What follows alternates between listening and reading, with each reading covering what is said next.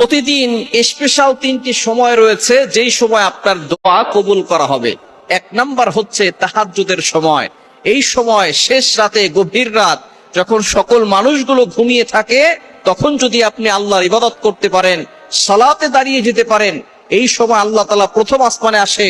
সহিহ বুখারী শরীফের হাদিস, আল্লাহ তাআলা প্রথম আসমানে এসে বান্দাদেরকে ডাকতে থাকেন, কার কি লাগবে আমি আল্লাহর কাছে বলো, আমি আল্লাহ তাআলা তোমাদের সকল চাওয়া পাওয়া গুলো কবুল করব। অভাবে আছো, আমি আল্লাহর কাছে বলো, অভাব দূর করে দিব। বিপদে পড়ে গেছো, আমি আল্লাহর কাছে বলো, বিপদ দূর করে দিব। সুতরাং এই তাহাজ্জুদের সময় আপনি নামাজ পড়ে আল্লাহর কাছে দোয়া করবেন, আল্লাহ তাআলা আপনার দোয়াটা কবুল করে নেবেন। নাম্বার 2, দ্বিতীয় নাম্বার হচ্ছে আযানের পর, ইকামতের আগে। নবীজি সাল্লাল্লাহু আলাইহি ওয়াসাল্লাম জানিয়ে দিয়েছেন, আদ-দুআউ লা ইরাদ্দু বাইনাল আযানি ওয়াল ইকামা। আযান ও ইকামতের মাঝখানে যে দোয়া করা হয়, সেই দোয়া ফিরিয়ে দেওয়া হয় না। সুতরাং আযানের সময়, আযানের পরে আপনি আল্লাহর কাছে দোয়া করবেন।